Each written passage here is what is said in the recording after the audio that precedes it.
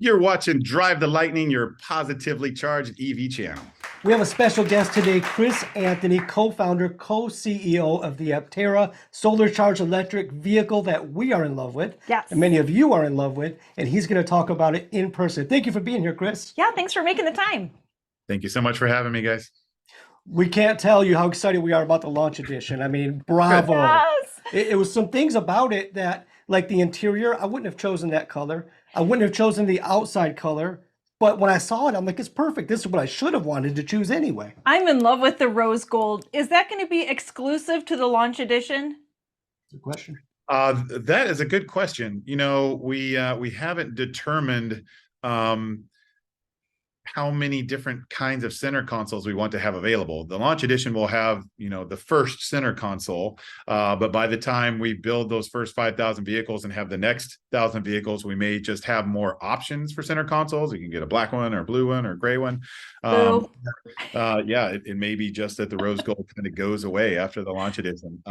Jason Hill loves the rose gold.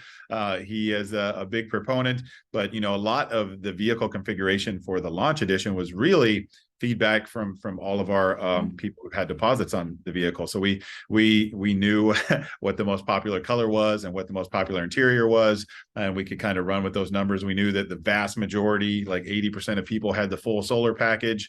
Not the vast majority, but the majority, I think 65%, had the all-wheel drive package. So you know, we could, hey, this is what you guys want. This is what we want to deliver, and just make that the most you know, configured product be the launch edition vehicle. We think it's so smart, and we don't know the stuff you know, but just to have one model to start with, that like you brought it out in the webinar too about how that really could be a mess up going into production with all these options.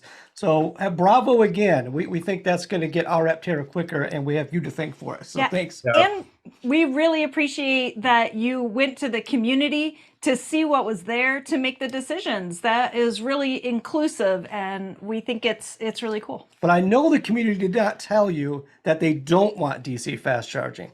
I'm sure of that. You know, it wasn't an option, so it wasn't something that people could select. I think if we would have put it on the website and said you can get the camping kit, the off-road kit, DC fast charge, we'd have probably learned, hey, 80% of people want this, so we should probably make sure we have it.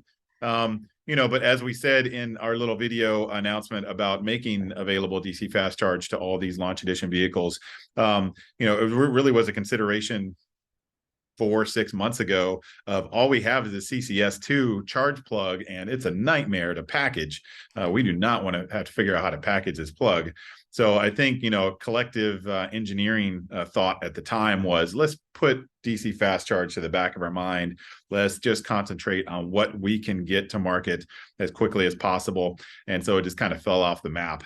And I think, you know, we're kind of trapped in our bubble. We've got our heads down. We're engineering. We're trying to make, you know, this vehicle happen in the next year. And sometimes things just get away from you. And this is one of those things that got away from us. And the public told us very vocally that they wanted DC fast charge. So we went back to the engineers and said, we had it designed, you know, what would it take to resurrect this? And they said, well, all the hardware's done. You know, we have some firmware validation to do, but you know, everything's there to do DC faster. Okay, well, what rates can we charge at? Well, everything's spec'd out for 40 kilowatts of charging, but we need to do some validation. It could be, you know, as much as 60 after we do some testing and, you know, see how the heat transfers through the components. And maybe we're just fine. Maybe we just have to limit the charge rate on very, very hot days. So maybe if you're in Tucson or Phoenix and it's a 125-degree day, maybe you're only charging 35 kilowatts. Yeah. But you know, that's something we can do in software, and you know, there's good monitoring all around our battery pack to see what the temperatures are. So you know, takes a bit of time for us to give you a final number, but I think it's great. Hey, we're going to have a 400 to 600 mile DC fast charge, and I think that rate stands up, you know, with everything else. And it also will give us access to a lot of what other vehicles would consider inferior DC fast charge out there. You know, if you have a very large EV, like a lot of companies are putting out nowadays, and you need 150, 200, 250 kilowatts of charging power, you don't want to go to those old DC fast charge that only do 50 kilowatts of charging. You only want to go to the new super DC fast charges. But for us, 50 kilowatts is great. That's 500 miles an hour. That's perfect. So hopefully it will open up a lot of DC fast charge opportunities for us, including the supercharger network, which is a work in progress, but we're fully compatible with the Tesla supercharger network. So, we hope that comes to fruition in the next couple months. And so what a lot of people I don't think understand yet, and you just explained it so well, the Aptera can use a much smaller battery to go so much farther. So nobody needs to charge faster than 400 miles in an hour. But if I spend that same hour with my Nissan Leaf, I'm only going to get 60 miles, or 70 miles. It's just ridiculous. Well, I mean, because that's all I could get, period. So it don't matter how long I spend there. Right. But if my 30 kilowatt battery from my Leaf was in your Aptera, you'd get 300 miles of range. Yeah. Barely get 100 with a tailwind on a perfect day. So a slower charging speed is fine. It's more than fine. It's preferred. It's less heat. It's beautiful. So I think, we were just blown away. Also, the humility of you and Steve and the team to say, hey, maybe we didn't get this one thing right. So let's fix it. That was beautiful. And you Good fixed example. it so fast. I mean, you were on it right away to let everybody know, okay, don't panic.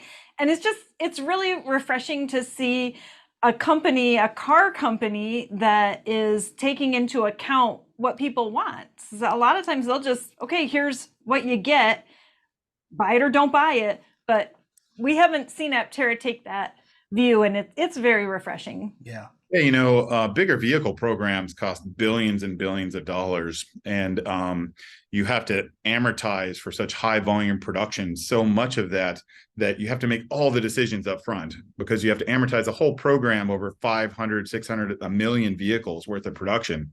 So, Detroit is notorious for, overthink on things. And then when a vehicle actually comes out, like, that's it. There's no going back. There's no talking to the big automakers about making changes to your beloved whatever vehicle, because it is locked down. They are building that. They're building 500,000 of them, and ain't nothing going to change. So I think we're young, we're nimble, we're not afraid to fail. It's an ethos that we try to spread apart across our engineering departments. Don't get so caught up in perfection that you never make a decision. And that's a lot of what we do. We wanted to announce the Launch Edition vehicle. There's a lot to think about, in terms of what we want to say and how we want to say it. I know it came off maybe a little too scripted, but there was just so much information that we wanted to get across. We're like, we need to have this written down. It can't just be Chris pulling it out of his ear and telling the public this for 2 hours. We have to have a very systematic method. But don't be afraid to just get it out there. And we got it out there, and we got some feedback, and we made the changes. And luckily, it was something that wasn't a big hurdle for us. We already had it designed in. We were thinking about it. We tested DC fast charge over a year ago. So I think it was just a matter of just turn it back on and make people happy. I think you made a lot of goodwill, because every company is going to make a decision that maybe they wish they wouldn't, but not every company is going to then make it right to the people that have been supporting you all this time. So to me, I'd rather somebody that fails and gets back up than somebody that just pretends they're perfect no matter what the community says. So let's get away from that. You've solved it. You've explained it perfectly. We're thrilled. We're so thrilled. excited. Our viewers are thrilled, and Yes. everybody's excited. Let's get back to the LE edition, because you LE. Is it okay to call it LE, or do you not like that Launch Edition? Yeah, that's fine. If it catches fire. Or California Edition? Okay, so we've been calling it the Launch Edition. So Launch Edition, we'll go with that. You said 5,000 is the plan, but if a bunch of people change their reservation to that, you would make more. Is there a top number? Is there a point where you say that's enough Launch Edition, let's change it up? That's a good question. I don't know that we've thought of a top number. 5,000 just seemed comfortable. We have so many orders now, over 40,000 orders for the Aptera, that, the first 5,000, delivered in California are going to be pretty easy to accomplish. So if it's a lot more than that, I'm sure it could be 10,000. I know the first, Tesla Model 3s, the first 100, 200,000 of those things were so sought after, people selling their reservations online, and the first vehicles, a lot of people just bought those vehicles and turned around and sold them. I would think that we're going to be capacity constrained for quite a while, the first couple of years at least. So probably, 25,000 Launch Edition vehicles might not be out of the question, but 5,000 is comfortable. We want the people that get the first vehicles to feel special, and I think kind of classing those vehicles differently is appropriate. But if I had to guess, it'd be 5 to 10,000. Okay, so you mentioned California. We know you want to start out close to home, so you could make any adjustments needed. How long before this starts moving towards, let's say, just a random state, Michigan, here where we are? The weird thing about a beautiful solar electric vehicle like ours that has a pretty good range and DC fast charge is you can come from a lot of states and come to California and pick up your vehicle and drive home. So we think, a lot of these vehicles will find their way to different parts of the nation and probably different parts of the world. But there's some regulations that we have to comply with to sell in some other states, and some fickleness there that seems to be getting sorted out slowly through legislation and work in different states, not just for us, but for other companies that want to sell direct. But if we have the first vehicles delivered in California, we can make sure people get kind of the factory experience, and we can train them on the vehicle. And I think it just makes a lot of sense to do that. And the majority of our orders are within 300 miles of here, so I think it's pretty easy to just say, hey, that the factory's here, we want to deliver all the first vehicles here for obvious reasons. But we're a right to repair company, and the Aptera is built to be such a reliable vehicle. All you should have to worry about is changing your tires and your washer fluid. So we have a little bit of fear in hey, some of these vehicles may be going pretty far away. We want to make sure that if there's some early issues that we can take care of them quickly. But we, as I said before, letting fear hold you back is not the way to go through life. And sometimes if somebody really, really wants this vehicle in the middle of Texas because they have a lot of sun and just want the Aptera in their life, I don't see a reason why it shouldn't be there. So. Not exactly the answer I wanted, but pretty good. Thank you. No, because I think if somebody was highly motivated and say maybe they had like a YouTube channel and they were willing to drive to California to pick theirs up, and they were willing to cooperatively work with you on the right to repair from a distance, I think that would be a really good fit. But to try to find somebody like that. Come to California, you get a hug from the founders, you get your Aptera delivery experience, you get trained, and then you're on your way. Yes. Nice journey. You're a good hugger, Chris. We still remember that hug you gave us. I still feel it right there. I'm a Southern boy, so we hug. That's right. Yep. That's right. We have some questions about the Delta. Are you going to be making prototypes of the Delta still by hand ahead of mass production to start testing and maybe touring around the world? I don't know that they would be called Delta anymore by the time we make them. What we're headed towards now is building production tooling for production. Wow. Okay. There's still validation to be had there, and there may be some slight push and pull of the design, but we have such good design partners, from Roush to Monroe and Associates to CPC to Hinduja Tech. We have people involved in this program that know how to make production vehicles. And CPC takes vehicles, from CAD to building the tool, to building the parts out of the tool, to putting those parts on an assembly line and building full turnkey vehicles of some of the most impressive supercars you've ever seen. And, with that kind of experience, we feel that we can turn the key to production tooling and production equipment right away, without kind of going through some of the other companies you've heard of in the EV space, going to series production, and then going through validation with the series production, and then going to production tools.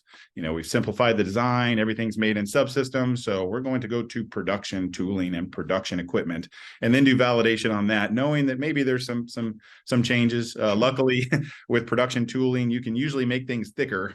You just can't make things thinner. So if you make something stronger, you can change your production tooling to make something stronger in one area. But it's hard to make it, it's hard to take out weight once you get into validation, but it's easier to add stiffness or add structure in a lot of these tools and parts. So that's the strategy that we're going with. And we're also really confident in the computational tools that we have for simulation now. I mean, it's over the last 10 years, the automotive industry has really proved out, you just don't have to put as many vehicles against the wall for crash testing as you did 2 decades ago, because the simulations tell you exactly what's going to happen.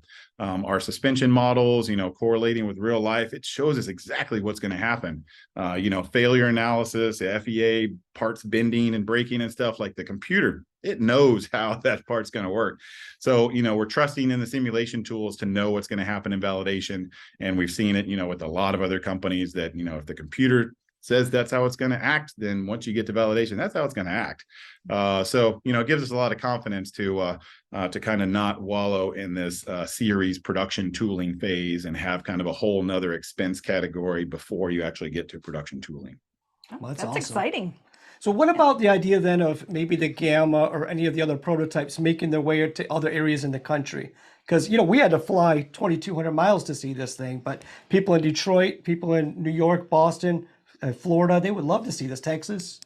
Yeah, everyone that came out to Fully Charge, it was an amazing event, and it was just really cool to show off the Gamma vehicle and have 2,000 people sit in it and give us feedback. There wasn't a single person at the show that didn't fit in the Aptera comfortably. Right. So, from 5'2" to 6'10", people were comfortable in the Aptera. So I thought it was an amazing compliment to Jason and the design team and how we worked out the ergonomics and how it's set and field. But we want that experience all across the U.S. We would love to be everywhere at once. We'd love to be omnipresent. But I don't know that we're going to build anything else besides Gamma until we get our first production vehicle out of CPC. So it's going to be a highly sought after vehicle. Right now it's in Italy. It's about to make a trip over to Switzerland, and then hopefully come back. We're still raising funding, and the U.S. markets have been very difficult the last 9 months.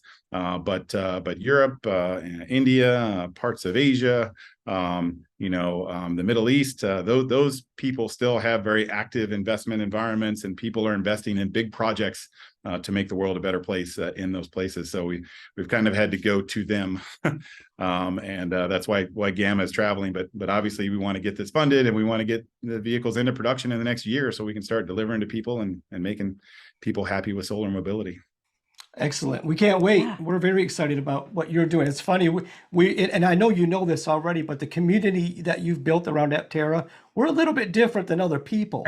We want to know every bolt and everything. We want to, and you've been very kind as a company to really pull the curtain back and let us in. And we appreciate that, Chris. That's not, so I can't call Chris Farley's cousin Jim over there at Ford and have him get a factory tour. But you gave us a factory tour, so we really.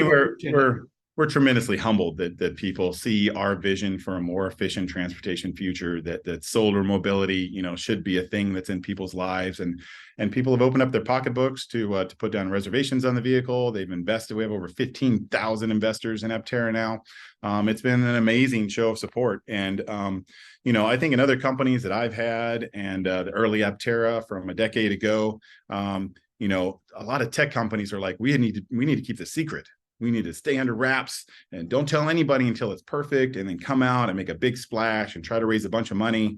And that's not the way that we wanted to grow this company. We said, look, we feel that we can build a community behind this idea, but we have to be open and honest with them about everything. And I've been accused many times of oversharing. I'm a fire hose of information sometimes. But I think that's just the best policy. Like, one, if you're overtly honest, you're not crafting a message that can then bite you later. And I think a lot of companies have done that in our space and other space. You've seen, countless times. Where you try to craft the narrative, craft the story, project what you think your customers want to hear, and you tell them that, and then it gets further down the line, and maybe things get difficult, or maybe the product isn't what you thought it could be, and then you have to roll that back, and you just nobody trusts you anymore. You haven't been open and honest, and you get to the end of it, and they're like, well, why did I ever support this? Why?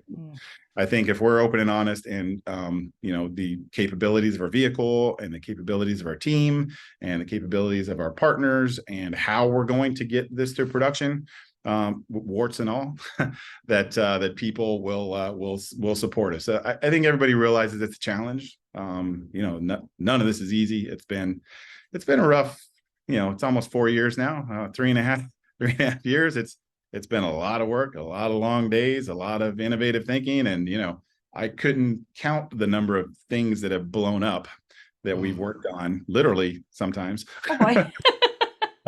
That you just have to, okay, that path didn't work, you got to divert and go on a different path, and fail quickly is another motto of ours. That don't be afraid to fail, but try to fail quickly. Don't drag something along for 3 months and then fail and then have to go back and do all that over again. Figure out a way to fail in a week, and if you fail, great. Okay, that doesn't quite work, I got to take a new direction. But I think that story about how we're doing it and the challenges is something that people recognize. Everybody has challenges in their life. Everybody has, struggles, and a company goes through that just like people go through that. And, there's a lot of great people behind Aptera, and I think we've tried to make them as available as possible. We went to fully charged. We told the engineers, like, just tell people how cool it is to be a part of this project and what you're working on and why it's different and important. A lot of these guys came from other industries and other jobs, and they believe in this mission and what Aptera is going to do for the world. And they're facing super unique challenges here in building the world's most efficient vehicles, and lightweighting and efficiency, weird things like, bearing efficiency. The wheel bearings in our wheel, they have to be just much more efficient than kind of anything else out there, because a 6,000-pound truck doesn't care about their wheel bearing efficiency. But when you're only burning 100 watt hours per mile, you really care about how much friction's in a bearing that's turning in the system. And it's a trickle down to all that stuff. The weight of the hinges, the weight of the seals, how efficient our solar charge controller is. We've got amazing efficiency out of our solar charge controller. It's like, we don't want to waste any of the power that's hitting, the solar energy is hitting our roof. We want that to go to the battery pack. We don't want to waste 20% of it. 4% of it. Okay. That's like one of the most efficient power conversion devices in the world. That's great. So a lot of really huge accomplishments, for a lot of great team members. And we've told them, just share the story, just like we share the story. When people ask Chris a question, Chris answers. For sure. For sure. And we love hearing this story, and so do our viewers. It's amazing what you've done and what you're going to do. You have an investor webinar coming up pretty soon this week, right? Friday? I know you can't talk about what you're going to talk about, but what are the type of things because a lot of your investors watch this channel. I don't know why, but they do. So what are some of the things they should be looking forward to? We showed you what we're going to make with the Launch Edition vehicle. This is what you're going to get when production starts. With the investor webinar, we want to talk about the how. How do we get that into production? What partners have we used? How efficient is the build of this vehicle, and then on the business side, how does that get funded, and how do you actually get that vehicle into production in the next year? So we're going to cover those kind of broad topics of, we showed you the what we're going to deliver. Now we're going to show you the how of how we actually deliver it, and the business mechanisms behind it, and ask people for help in accomplishing our goals over the next 3 or 4 months here. Gotcha. Will the information be shareable afterwards, or is it going to be will there be some hush-hush information just for investors? We want this to be a special experience for people that have invested in us and supported us over time. We will share bits and pieces of it after, but we want this to be people that have pulled their hard-earned money out of their pockets to support this mission. We want to tell them a little bit about how we're going to get there. And it's something that we've been kind of the internal team here. It's something that we've been telling institutional investors for a while. We bring in big groups. They're big investors. They bring in, sometimes groups of due diligence people, and we give them a presentation on the business, the how we're going to get there. And we have, kind of an amazing technical presentation of how the vehicle is designed for manufacturability, and how we're going to build it, the equipment, the tooling, and then the business side, how we're actually going to fund it, and all the different things that kind of flow in to actually get us to production. But it's not something that we've been able to share publicly. It's kind of long form information, right? But we want want everybody to kind of know our story, and especially because it's so refined now, and I think so awesome. I would love to share it with our current investors so they can see how their investment is growing, and how they may want to further support our efforts. Good. Nice. Excellent. So this is a real important question. What's it like working with Steve? Steve is the yin to my yang. He's more the conservative, calculated type. I'm more the go type. So we play off each other nicely there. And he's the electrical engineering type, and I'm the mechanical engineering type. So we kind of see the world through a different lens. I'm always looking for the brute force method to solve the problem, and he's looking at the compound wave frequency that might be oscillating at certain hertz. So when 5 o'clock comes, you don't speak to him again until you see him again. No, we talk probably too often. Okay. This is a 18-hour a day kind of job. So sure. It's an always on thing. And, we also were able to cover each other quite well. So there's a lot of balls in the air, and, having somebody there as your co-CEO to kind of be there when you can't be there, or to, catch things that maybe you're missing, or just to work together, where two brains are better than one. Type things has been really beneficial. We call ourselves co-CEO because we work so well together. You could rename them any titles. I mean, as Elon Musk says, titles are irrelevant. So I'm going to be, techno king now, or whatever. But it's really about how you're managing the business. And, from the business side, we play off each other really well. And it's been a great, collaboration that he can focus on electrical and I can focus on mechanical, and, push this whole thing forward. We'll be right back with more of our conversation with Chris Anthony. But first, we have to say thank you to some people, Sarah. Yes, we owe some thank yous. We have to thank our Mug Club. We have had some additional members added to the Mug Club. So thank you so much for buying mugs to help us get back out to San Diego so that we can see Aptera in person. That's right. But also, they're spread out all over the U.S. and Canada. Thank you. You guys are amazing. Yeah. And some of them even share their coffee with their cats. Yeah, that's true. And the members of the channel, you're the ones that keep the wheels churning on the positively charged EV channel. Without you, we're not going to bother doing this. So thank you. We appreciate it. Welcome our new members that have recently signed up, and thank you for doing that. And thank you to all of our members that are still a part of our channel. Thank you. Let's get back to Chris. Nice. Hey, I do have another question that came in from some of our viewers regarding the Paradigm Edition. Some of our viewers have ordered the Paradigm. Is that going to differ from the Launch Edition? Will there be something different for the Paradigm? Yeah. So how it will work, and how we discussed it with the marketing team, is if you get a Launch Edition vehicle and you have a Paradigm order, you'll receive a Launch Edition vehicle Paradigm. Ooh. So, the Paradigm Edition will be special, but those people are kind of all over the delivery chart, right? So some people have 1,000-mile Paradigm. A lot of, maybe a third of them have switched over to the Launch Edition. So, but if you switched over to the Launch Edition and you get your vehicle first from the Launch Edition, then you'll receive a Launch Edition Paradigm. So the Paradigm will just be extra fun stuff that makes the vehicle special, and obviously worth more too, because it's a Paradigm Edition. Right. So you can get a double whammy on how cool your Aptera is by getting a Launch Edition, Paradigm Edition, that everybody will be envious of, hopefully. Excellent. Well, they'll be happy with that answer. They will. So before we let you go, Chris, if you could just tell our viewers one thing that you will later wish you didn't spill. That I wish you didn't spill. If you think about it, you're gonna mess up and not tell us anything. He was trying to trick you. Sorry about him.